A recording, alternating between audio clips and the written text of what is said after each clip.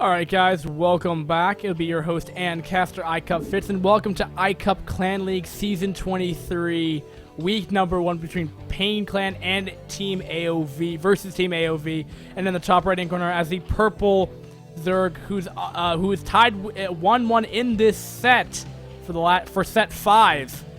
It'll be Pirayaya for Team Clan, for Team PaiN, and in the bottom right-hand corner for Team AoV, it will be WandS. Right here, man, and this shit's gonna be awesome. Jade will be the map, and it looks like Mr. WandS will be opening up with a Forge Expand coming right up, or it could be also the Gateway timings, but most likely Forge. And is my mic muted? I guess is what I was trying to say. Starting to slur my words together because that's how, honestly, how tired my vocal cords are. And I'm starving right now. See, okay, so this is like my first week actually doing like a whole clan war that's not on like a Saturday at like 11 o'clock in the morning, so it doesn't really interfere with any meal. So I get home from school at like 2:30, okay? I spend about an hour to gather the replays, do my, relax, and then start the cast at like 4, I think, my time. And it's now 8:30. That is how much Brood War I've casted on a Monday. On a school night. Yeah. That's how sane I am. Right. Okay, but anyway, Zerg, though, looks like he's going to be opting to go for the 12 pool. 12 hatch. 12 hatch. Is he going to do something crazy like going 3 hatch before pool? He might just do something that crazy. No, he's not. I thought that'd be pretty awesome. But if Pirayaya is in the position, though, to do that funky style that he was doing beforehand. And I think what will pretty much verify that mid-game army is going to be determined based on if he takes that closer third or not. Because otherwise, I don't really see it working. Because you need to be able to defend that. You need to be able to defend that third because it's probably still relying on it. Chat is saying go proxy hatch, or Royal Hydra is rather, because he is chat. Because apparently you 14 people are so hardcore Brood Wars that you're watching this. When in reality, I'm the best caster in the world. Where I should be getting 60,000 people for my dream hack, obviously. Yeah. Okay, but Lings coming out, or no, a pair of 4 Lings. Are coming out now. And, okay, so I don't think Pirayaya is going to do that style that we saw in Game 1. I don't see it happening. This map could totally work with it. You have that easy third, just like Fighting Spirit. The only difference is the reverse ramp. This isn't really a ninja third at all. This is really standard. He wants to take this location so he can, if he can defend this, of course, granted, which most Zergs can. They defend here. And then they can take this base. But see, something that is very interesting to me, a lot of Zergs, I mean, a 4-hatch defensive Zerg play isn't, I mean, it's not like standard and it's not meta, Greg. It's a style and it works. It's just not the most common style. So it comes to question, why would you take this base otherwise? Like, yeah, I get if you can defend it, but, I mean, wouldn't it make more sense if you're going to rally 5-hatch Hydra from here? I mean, or is this actually, or are these actually equidistant? Who knows? There's probably some, like, dude that, like, looked it up and found out the timings and stuff, but, something that always intrigued me. But, anyway, looking back, what do we have in our players' bases right now? He's going to be going for a fairly fast, lair. So probably going in that standard, Spire timing right here. We have no second gas yet, so looking like it's going to be more of a standard 5-hatch Hydra play coming out of Zerg right now. And what we see out of Protoss right here is that he actually opened up double cannon, which we didn't take note of before, which is, I mean, it's a little late to do it now, but the fact of the matter is that he only made a pair of Lings, and I'm surprised he forced double cannon, to be honest. I mean, there really should have been no reason that he should have gone the double cannon. I guess to feel extra safe is always never a bad thing, but, I mean, it's 150 minerals that could have been spent elsewhere or on another gateway. Especially considering the fact that if he's going course, if he's going to be getting up that Ooh. Okay, so he's actually going to be doing, he's going to be getting up this Citadel of Dune to go for, Zealot speed. He's going to go for a Zealot timing push unless it's, you know, +1 DTs, which would be kind of silly, but the only reason why you'd ever upgrade DT attack damage specifically would be like +3 attack so they can one-shot SCVs, I believe. But if you're gonna like rush +3 attack, it wouldn't make much sense. I want to try that actually on ladder at some point and be like gas first forge +1 attack and then tech, and then just hope that your first DT has like +3. but you'd probably just die outright before then, to be honest. But alright, anyway. We do have some lings coming out. Creep colony is up, coming up. And Pirayaya just getting his normal stuff out. He's grabbing the second gas now. Again, I mean, he's playing fairly standard. He's getting up that Spire, but again, that second gas is so delayed, there's no way he's going metelisks. He's saving his gas for the 5-hatch Hydra push, I'm assuming, considering the fact that he has a 4th hatchery now. And also for Scourge, obviously, as well. I forgot about that. Scourge are pretty important. And the Corsairs will kill off a Overlord. No, 2 Overlords, actually. That can be a bit annoying, but this is nothing too crazy of an early game at all. No crazy mind games going on either. Link's coming back, though. He has a decent amount of Links coming out here. Link Scourge. So he's going to be going that style again, despite not taking that close third. And he will be taking a 4th behind this. Now, this is going to be the interesting thing. It will be metelisks, believe it or not. He grabbed that second gas. Maybe it was standard, but he has that 5th hatchery coming up right now. So, definitely not... This isn't like a mutalisk timing push. No, that was a misclick. That was so a misclick. Yeah, that was a misclick. Scourges. I don't even know. There's nothing. I'm looking at my keyboard. There's the standard one mutalisks is confusing me, but we do have the Zealot timing push coming in here. Will this do enough damage? It is gonna it is gonna give a different perspective onto Pirayaya right here, because now all of a sudden he has to deal with a bit more aggression right here, but this is what makes it entertaining against Pirayaya, this kind of build order, because Protoss are going to be trying to get on the map much quicker than they usually do. He's going to make that DT to follow up, and he's going to add more gateways, so he's going to build up a mainly gateway army after this. It's just the question is, will he survive? What will happen? What will Zerg do? Because I want to see him be able to kill or pressure that 4th, or else this build order looks way too powerful in this matchup. Because definitely Protoss should be able to do something, and maybe going to National wasn't the greatest idea, but at the same time, I mean, Pirayaya has a lot of his bases covered, and he's kind of like patrolling back and forth with his army, and really being, I guess, proof right now. I wonder if he should have waited for a bit longer to strengthen that push. So ultimately, he wouldn't throw away 600 minerals that did nothing. I mean, of course, not all timing pushes will do sufficient damage. That's, if you're going as a good player that knows how to defend it well, obviously, that can't happen if you're getting outplayed. But Pirayaya looks like he just glanced at that and just shook it off like nothing. And he's gonna come back in here with 2 more Zealots. He has DTs that are slicing away, killing a lot of Lings right here. Don't mind the kill count because they're generally mostly Lings right here. He has forced up the Spore though, so he has gone this DT tech route. Getting up those gateway count though doesn't mean that he's gonna continuing to use that tech though. He'll be tech switching into something else now. And the Corsair coming out right here. Ooh, Spores though. That's a lot of Scourge. Where are the Corsair? Keep in mind the Corsair are... Where are they? I don't even know where they are.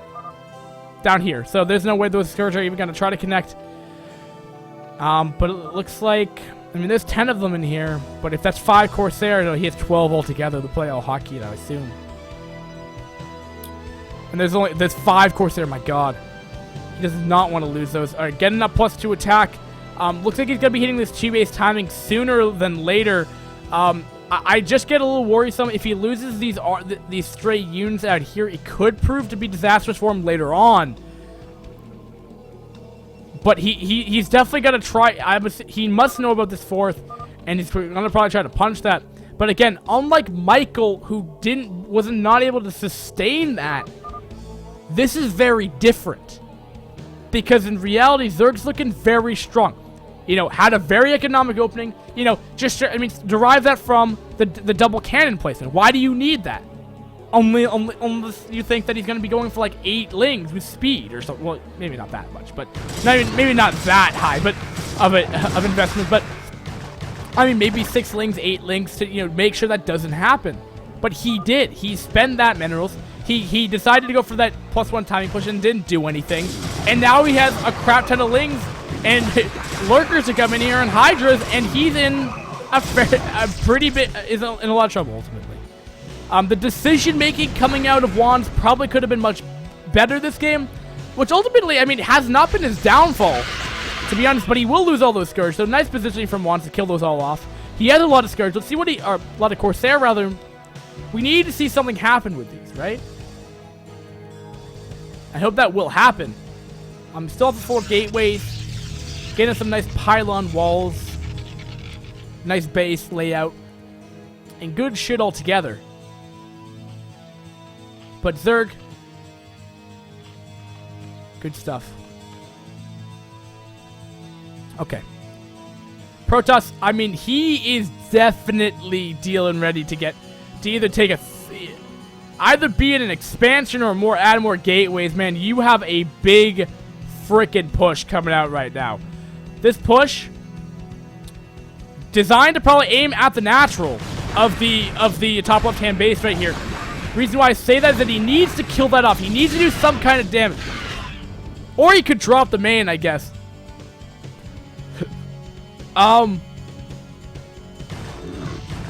Just proving to be so difficult. No, he's gonna go in the natural of the main, actually.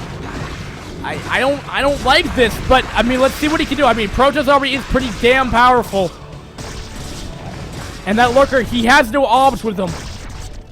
That is problematic.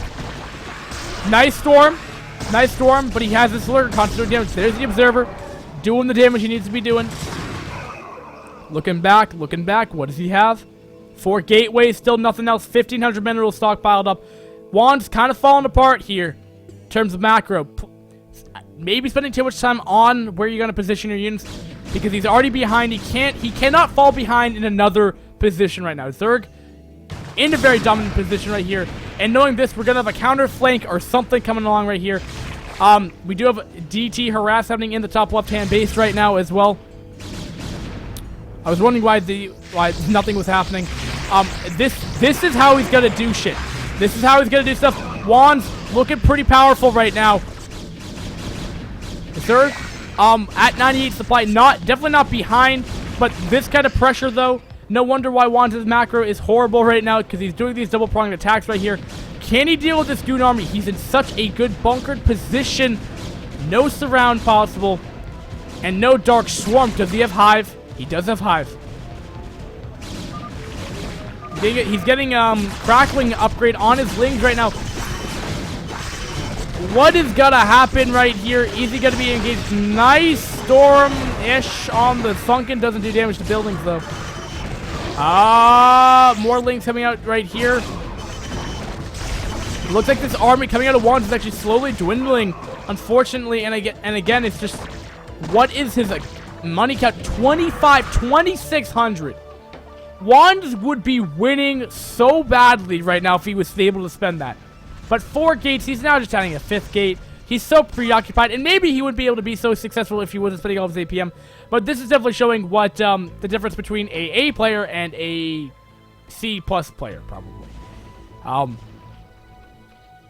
And honestly, you know, at times, you know, you stop macroing, you know, in the middle of a crucial engagement. But here, this may be drastic, to say the least. Because that macro is really fucking important. And Pirayaya really kind of died from that DT harass, taking way more damage than he really should have. And he's going to be harassing right here. Let's see what it will do. Killing off a couple of the eggs right here. Ling's being aggroed in. Going to just instantly die. And no 4th. Or no 3rd. Oh, there's a lurker right there. I think my vision's starting to go out after casting Brutal for this long as well. Alright. Setting up a nice contain right here. Ling's going in. Gonna try to delay this third. With this many yins, I don't think this Ling counter pressure is gonna do too much. It is 1-1 upgrades with Crack. If Crack is done, Crack is done. Crackling may actually be enough to kill these off. I'm under the impression, but these have +2 attack. Ling's fallen. That probe, though, could get target fired down. It doesn't look like it will happen.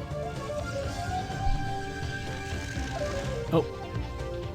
Look at this mini-map. More aggression happening over here. And do we have a base coming down here? No, we don't. So what is WandS' plan right here? He's not macroing efficiently. I'd almost say this is a bugged replay. But just looking at the positions and stuff of this is not a bugged replay, I assure you. It's just like WandS is like stopped altogether with all map movement. And I guess that's fair. I mean, at least here it makes sense because, you know, it's doing a very nice contain. Alright, here we go. We have Lings coming out right here. Gonna intercept that Zealot, of course. And continued Lings coming down. Shuttle coming out right here. I'm not gonna miss that shit. Not gonna happen. A DT and 4 and 3 Zealots in that. We have a lot of Lings coming in here. And that shuttle is just gonna be entering that main base right there. Let's see what it can do. We gotta keep track of this. There's a lot of spores, but no sunks right here. 4 hatches. Looks like he's gonna be doing a joint pressure on the third. Just gonna be finishing up right here. This could be catastrophic right here. What's the damage gonna be doing over here right now? Just gonna be target firing these hatches. He's gonna be doing a decent amount of damage, trying to get up a sunk right now. This base has been killed off right here. That's gonna suck for WandS. And considering that bank is starting to dwindle right here, he's at 178 supply. But if he's to say lose that army, it's gonna be hard for him to rebuild his army. It's almost like a 2-base all-in. That's just kind of he's kind of sat off a 2-base, just kind of powered up and just hope that Pirayaya won't win this game. But I think Pirayaya gonna burrow. Ballsy move, ballsy play, but we'll deny that for some time. He could waste a storm on it, which I believe he did. No, he didn't. All right, here comes the push, the death push. The death push into the natural expansion coming out of WandS. Coming out of WandS. A lot of goons right here. Oh my god, how many lurkers. That is 14 lurkers. No, that's 11 lurkers, excuse me. Right there. Nice storms going down. I mean, anywhere he storms, he's going to hit a bunch of lurkers. Trying to unburrow them. Kind of stacking on top of each other, unfortunately. What's happening over here? Nothing now. Nothing. No hatcheries or anything like that. But we do have a counter pressure happening over here. No, we don't. Because I'm a boss. And can Pirayaya defend himself? Look how many lurkers that is. Can he get them on the ramp? Can he push them forward? Here come Lings coming from the west to the east. Trying to continue to reinforce this push right here. I don't appear to see any more drops right here. More lurkers are dying. Not many of them have HP, but is he out of storm? It appears he is. Lings are dying. Nice G. WandS GG's. PaiN wins 5-0, granting them 6 points. To the end of this, my god, get 5-0ing. Really well done by PaiN. WandS, you had that game though. Really, there should have been no particular reason why you lost. I mean, hell, you had... well, you actually didn't have a higher score. But, I mean, if you macroed a bit more, I mean, maybe... or not all-inning. I guess that would have been the better choice. But good game nonetheless. It's been your host, AnCast. I've had a great time, guys. I believe we're only doing one clan league war match per week. Because, for one, it's really exhausting. And it's pretty much an entire day worth of casting, almost. The other thing is, I mean, PaiN only plays so many. I think PaiN gets a bye next week, so I don't think we'll have one. For the sake of continuing with the weekly schedule, I will probably cast another clan war, but I will sustain probably PaiN for the duration of this of Clan League this season. So guys, thanks for watching VODs. They won't be up actually directly after because I've had technical difficulties and it's gonna take a while to like get like 15 VODs all organized because I don't have the local files. I have to go manually cut them on the online. It's a bitch and stuff like that. So have a nice night. The whole cast though is on Twitch. Like after I end this broadcast, if you want to go watch some of the games, they are some pretty entertaining games. I think I did a pretty good job casting as well. Definitely probably my best night of casting in a long time. And my voice is starting to go out, guys. So I will call it a night. Have a good night and peace, guys. Have a nice night. iCCup Fit signing out.